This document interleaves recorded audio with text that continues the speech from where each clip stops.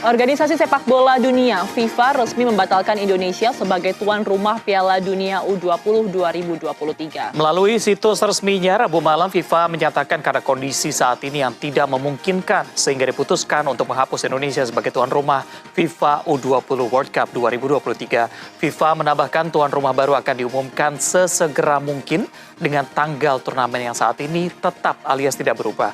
Selain itu, potensi sanksi terhadap PSSI juga dapat diputuskan pada tahap selanjutnya.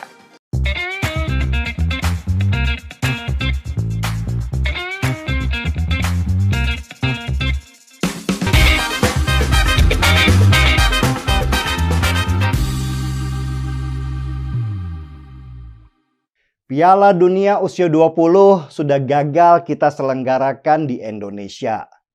Kekecewaan luar biasa dari penggemar sepak bola Indonesia masih terus berjalan di media sosial.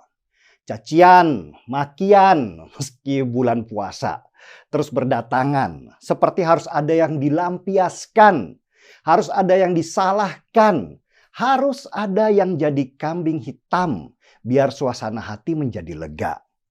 Ada juga yang mengambil kesempatan, berusaha jadi pahlawan, menarik keuntungan simpati dari rasa marah banyak orang. Begitu banyak teori mengapa FIFA membatalkan ajang Piala Dunia usia 20 di Indonesia. Dan ketika surat pembatalan FIFA keluar secara resmi, berbagai penafsiran itu juga muncul lagi. Kita sibuk menyalahkan situasi, menyalahkan orang lain. Tapi coba pikir, pernahkah kita berpikir bahwa yang salah adalah kita sendiri? Bahwa kita sebenarnya nggak siap menyelenggarakan event internasional sepak bola di sini? Pandangan yang menarik yang saya dapat dari seorang pengamat sepak bola, Ignatius Indro namanya, yang juga Ketua Umum PSTI atau Paguyuban Supporter Timnas Indonesia.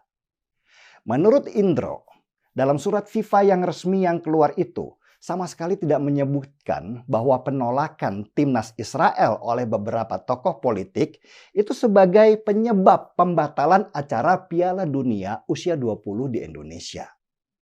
Bahkan dia menyebutkan bahwa FIFA sebenarnya sejak awal melihat kalau Indonesia tidak siap untuk menggelar Piala Dunia. Ketidaksiapan Indonesia bisa dilihat dari tidak siapnya stadion-stadion untuk tempat bertanding dalam skala event internasional.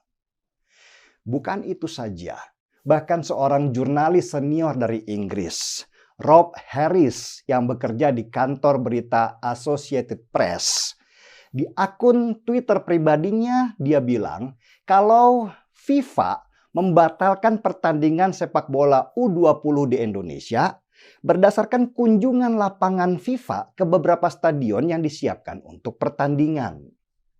Ketidaksiapan stadion pertandingan itu menjadi satu faktor penyebab kenapa FIFA akhirnya tidak memberikan izin pertandingan di Indonesia. FIFA sendiri pernah melakukan inspeksi ke 6 stadion yang rencananya akan dijadikan tempat pertandingan. Mulai dari Gelora Bung Karno sampai Stadion Manahan Solo. Bahkan untuk Gelora Bung Karno, FIFA memberikan catatan perlu disesuaikan dan perlu tambahan fasilitas pendukung. Jadi bukan hanya faktor keamanan saja yang menjadi perhatian FIFA, tapi juga faktor kesiapan kita di dalam menyelenggarakan event internasional. Dan kalau kita bicarakan tentang kesiapan, itu berarti peran PSSI sangat besar di dalam pembatalan itu. Dalam artian, PSSI sendiri tidak siap diberikan tanggung jawab besar dalam penyelenggaraan event dunia.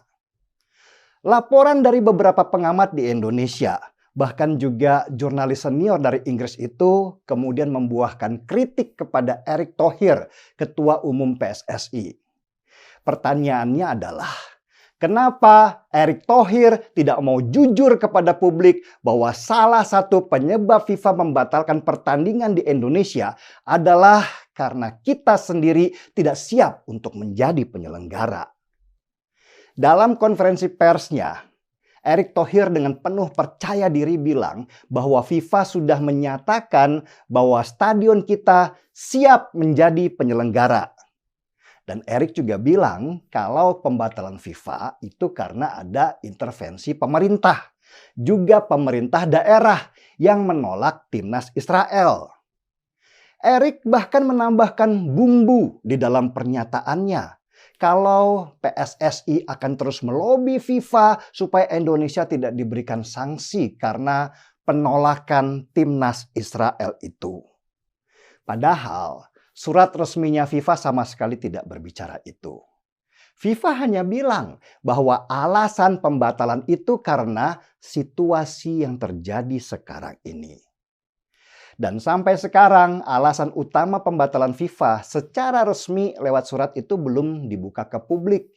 Yang muncul di publik hanya pernyataan Erick Thohir saja yang dipercayai sebagai kebenaran. Saya sih nggak mau begitu saja percaya apa kata Erick Thohir ya.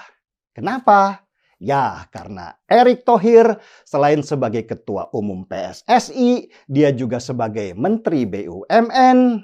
Dan yang terakhir, dia juga sebagai politisi yang punya ambisi untuk menjadi calon presiden atau calon wakil presiden di 2024 nanti.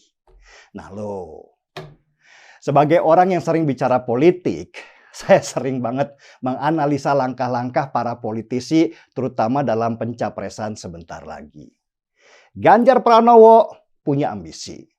Prabowo sejak dulu berambisi. Anies Baswedan, jangan ditanya lagi. Nah, di luar 3 nama yang kuat secara survei itu, ada beberapa nama lagi, yaitu Sandiaga Uno, Ridwan Kamil, dan Erick Thohir. Erick sejak lama mempromosikan dirinya dengan menunggangi fasilitas BUMN. Mulai dari billboard, bandara, sampai ATM-ATM. Di mana-mana wajah Erick Thohir. Belum lagi pengerahan buzzer-buzzer di media sosial yang setiap hari memuji. Dari situ saja kita bisa melihat bahwa Erick sedang promosi dirinya supaya bisa dapat tiket, entah itu calon presiden atau calon wakil presiden menuju 2024 ini. Dan itu sudah menjadi rahasia umum. Nah, menjadi Ketua Umum PSSI adalah salah satu panggung Erick Thohir. Masa fanatik bola yang jumlahnya bisa puluhan ribu orang itu adalah suara yang bisa dibeli. Salah satunya dengan panggung Piala Dunia ini. Kalau sukses, maka Erick Thohir dapat nama besar sebagai orang di belakang kesuksesan itu. Tapi bagaimana kalau itu gagal? Ya, di-spin aja dengan menjadi pahlawan supaya dapat simpati publik kalau Erick Thohir adalah satu-satunya orang yang paling berjuang dalam situasi kelam ini. Saya sih awalnya nggak berpikir sampai ke sana ya. Sampai saya lihat ada gerakan pengiriman karangan bunga ke kantor PSSI dengan narasi bahwa Indonesia bergantung hanya pada seorang Erick Thohir saja. Sedih saya, bagaimana bisa situasi ini dipolitisasi untuk mendapatkan keuntungan pribadi. Maksud saya gini, nyapres lah.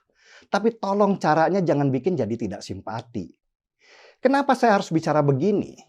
Seharusnya kalau kita mau jujur saja bahwa masalah pembatalan FIFA ini karena sumber masalahnya itu ada di kita sendiri, yaitu harus diakui. Pengakuan bahwa kita belum siap ini penting untuk pembinaan sepak bola kita ke depan. Dengan mengakui kesalahan, kita akhirnya berbenah supaya bisa lebih baik. Kalau kita sendiri tidak mau jujur mengakui, akhirnya akar masalahnya tidak akan pernah kita temukan. Saya dulu mendukung Erick Thohir menjadi Ketua Umum PSSI dengan harapan bahwa di tangan dia, sepak bola Indonesia ke depan itu bisa lebih maju. Apalagi Erick Thohir pernah di Inter Milan. Seharusnya dia punya banyak pengalaman. Tapi di sini saya akhirnya sadar bahwa ambisi politik Erick Thohir ternyata jauh lebih kuat daripada niatnya untuk memperbaiki PSSI. Sejak dulu PSSI selalu dijadikan kuda tunggangan politik, ambisi pribadi tanpa pernah bicara bagaimana nasib sepak bola kita ke depan. Erick Thohir saya kira berbeda. Ya, ternyata sama aja. PSSI kembali menjadi kuda tunggangan belaka. Erick Thohir bolehlah sekarang ini terlihat sebagai pahlawan. Tetapi yang saya percaya bahwa waktu adalah pembuka topeng yang sejati. Kapan sepak bola Indonesia kita bisa maju kalau ketua umumnya ambisinya politik melulu? Sudahlah, geli saya nonton dramanya. Mau seruput kopi kok, ya bulan puasa. Kita akhiri sajalah. Marki Bong, mari kita bongkar semuanya. Saya Denny Siregar, kita di acara Timeline.